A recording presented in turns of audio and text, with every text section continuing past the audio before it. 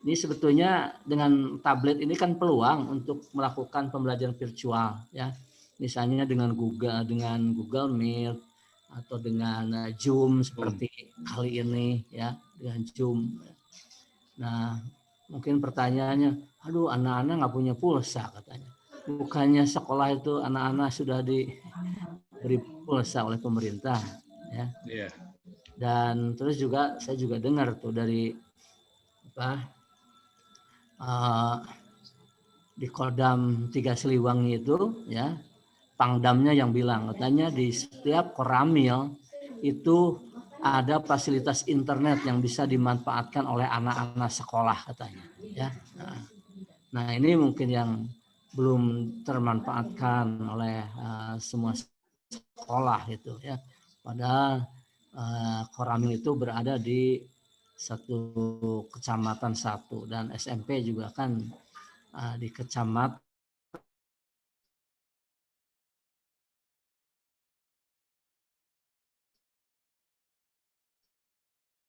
itu mungkin bisa diakses. Kemudian, nah tadi ada kesulitan bagaimana sih mengontrol anak katanya ya. Anak suruh belajar di rumah, terus dia pergi ikut dengan orang tuanya kemana gitu ya. Kalau menurut saya sih ya memang namanya juga daring gitu ya, daring kan bisa di mana saja.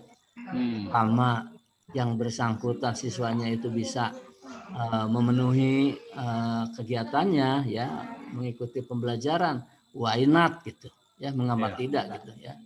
Karena saya juga kadang-kadang cucu saya suka ikut ya. Saya misalnya ke Cirebon ya, cucu saya ikut. Nah, dia bisa belajar daring ya misalnya di Cirebon gitu ya. Kalau daring saya kira nggak masalah gitu. Nah, kalau ibu bapak mau memastikan anak-anaknya itu tidak bepergian, maka pembelajarannya tidak daring gitu, tapi misalnya pembelajaran berbasis proyek. Kalau proyek kan dipaksa anak harus berkolaborasi dengan teman-temannya dan pasti anak tidak akan pergi gitu ya. Jadi tidak salah siswa sebetulnya ya, tidak salah orang tua juga. Nah, hanya kitanya yang perlu mensiasati gimana caranya supaya anak tidak bepergian ya. Nah, masih tadi ada pertanyaan, bagaimana nih ya pengisian rapor ya, pengisian rapor karena katanya ada kompetensi harus dimiliki. Ya sebetulnya ibu sekalian ya, ini kan sebelum masa pandemik ya, sebelum belajar di rumah itu ya, itu malah menteri sudah memberikan keringanan, sudah memberi kemudahan ya, tidak semua kurikulum itu tercapai, target kurikulum tercapai, sudah diberi keringanan kita ya. Nah, hanya sekarang bagaimana kita bisa beradaptasi dengan situasi itu, jangan kekeh gitu ya, nilai rapot misalnya sudah semuanya harus terisi ya gitu, padahal kita tidak melakukan pembelajaran tatap muka ya. Nah, artinya itu kan tidak fair gitu, tidak fair. Nah, sekarang bagaimana ya kita bisa mengadaptasi rapor gitu ya, rapor apa yang dilakukan, apa yang dikerjakan oleh siswa itu perlu dilaporkan ya. Termasuk pembelajaran proyeknya, apakah itu mau terpisah misalnya ya, laporan asesmen untuk proyeknya itu gitu, ya. Jadi nah silahkan nanti ya sekolah, para guru ya itu harus beradaptasi, harus mensiasati gitu ya. Jangan sampai anak sudah capek-capek mengerjakan proyek tapi nggak ada apresiasi gitu ya. Nah, itu ibu bapak sekalian ya, terima kasih luar biasa nih ya. Saya melihat di tempat lain nggak seperti ini ibu bapak sekalian ya. Pembelajaran ya biasa ya, jadwal gitu.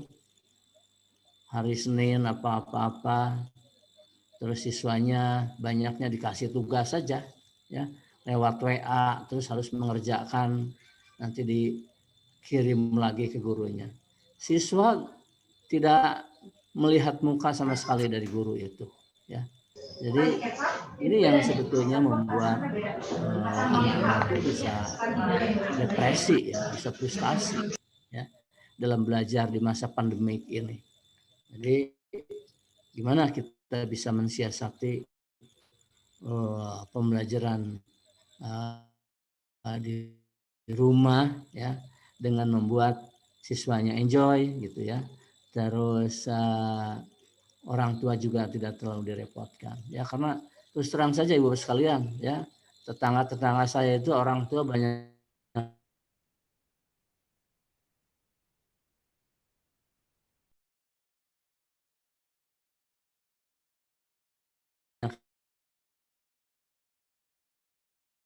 yang komplain, itu pelajaran kita selama semester lebih ini Ibu sekalian, ya. Nah, itu refleksi, ya, untuk belajar dari rumah.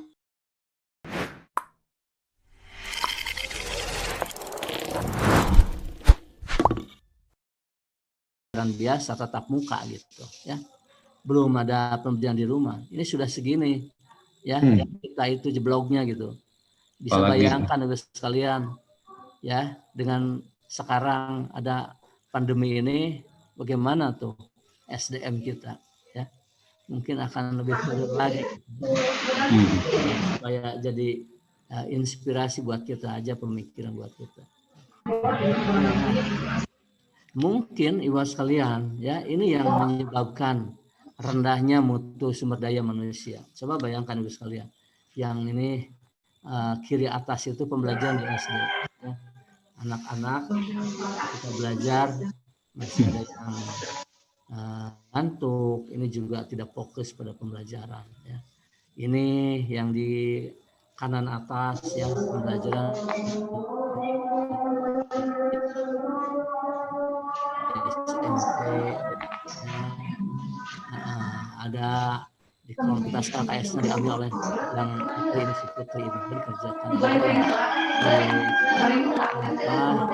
siswa-siswa yang dua ini cuma nonton aja. Ini di SMA Ibu sekalian, ya, di laboratorium harusnya anak aktif gitu, ya, kreatif, tapi ini masih ada yang tidak termotivasi. Ini di perguruan tinggi Ibu sekalian, ya, perguruan tinggi juga masih ada yang bingung-bingung mukanya gitu, ya.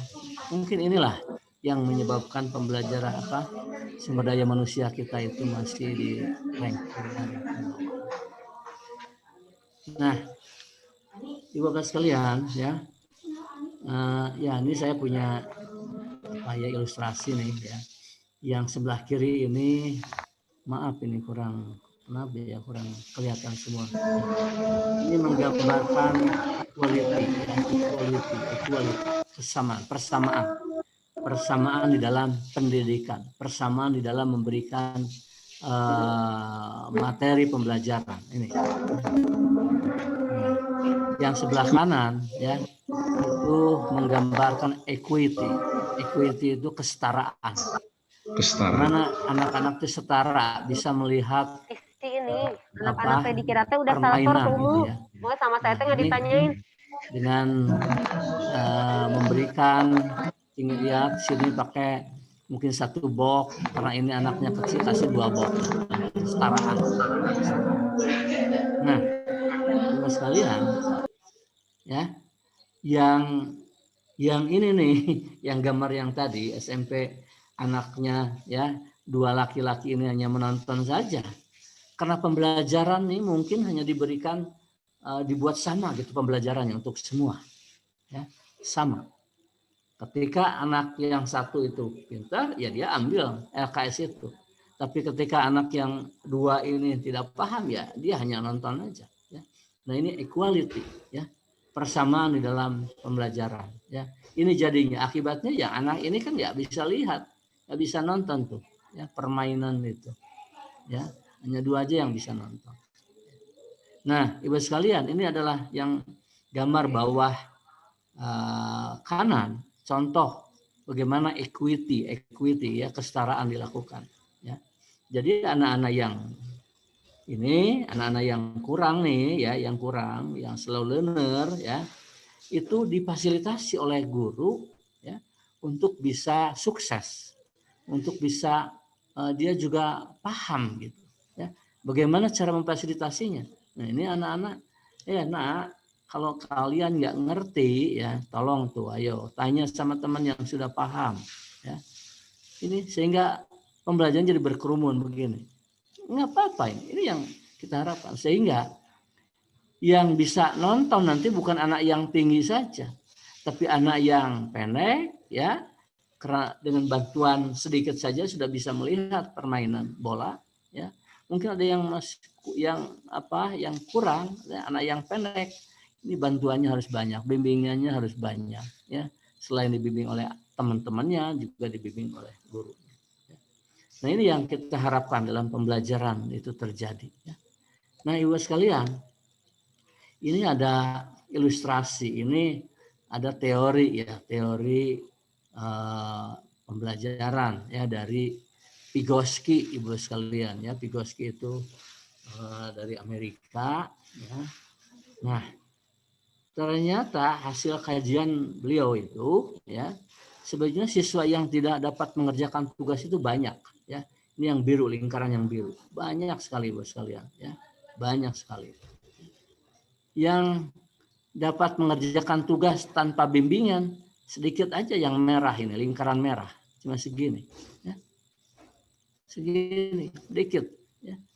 Nah, lantas bagaimana gitu kan ya, supaya lebih banyak lagi yang paham, maka ini yang kuning itu hasil dari fasilitas dari guru tadi ya. Anak yang kurang dari yang biru suruh nanya kepada yang pintar, yang merah, yang sedikit ini, sehingga yang menjadi bisa itu menjadi lebih banyak.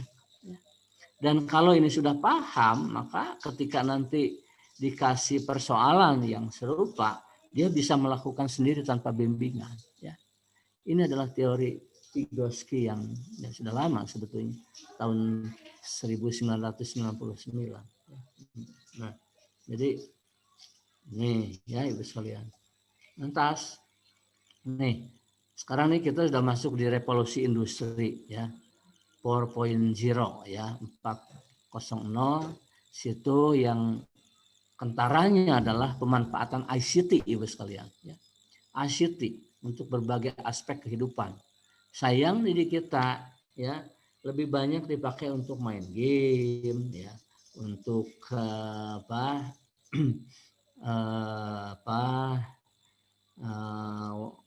WA-WA gitu ya, sosmed. Jarang dipakai untuk yang kegiatan yang akademis ya. Nah, sekarang ketika ada kegiatan yang memerlukan ya jaringan-jaringan internet dan juga ICT ya, malah banyak yang komplain gitu ya. Aduh, katanya harus bayar internet, terus HP-nya rebutan gitu ya. Nah, padahal di satu sisi juga kita itu sudah banyak yang pakai. Nah, berikutnya juga sekalian ya, ini ada program WHO, bukan WHO ini, program PBB ini ya, Sustainable Development Goal. Saya kira ini sudah dikampanyekan di mana-mana, di TV, di radio gitu ya. Ada 17 goal yang harus dicapai tahun 2030 itu ya. Dan salah satunya adalah pendidikan yang berkualitas ya. Pendidikan yang berkualitas ini nomor 4 ya sekalian. Dan disimpan di tengah, karena dengan pendidikan ini target yang lain itu bisa tercapai kalau pendidikannya berkualitas ya. Mungkin Bapak Ibu juga pernah dengar Education for Sustainable Development ya. Nah, artinya bagaimana sih pendidikan ini tidak kering dari konteks ya. Bagaimana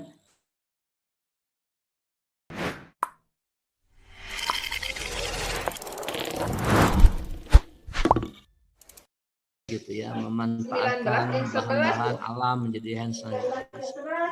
Nah ini semua juga sekalian ya, tentu harus didukung pertama oleh lingkungan belajarnya. Lingkungan belajar, kalau lingkungan belajarnya fasilitasnya tidak ada, gimana bisa mencapai tadi ya.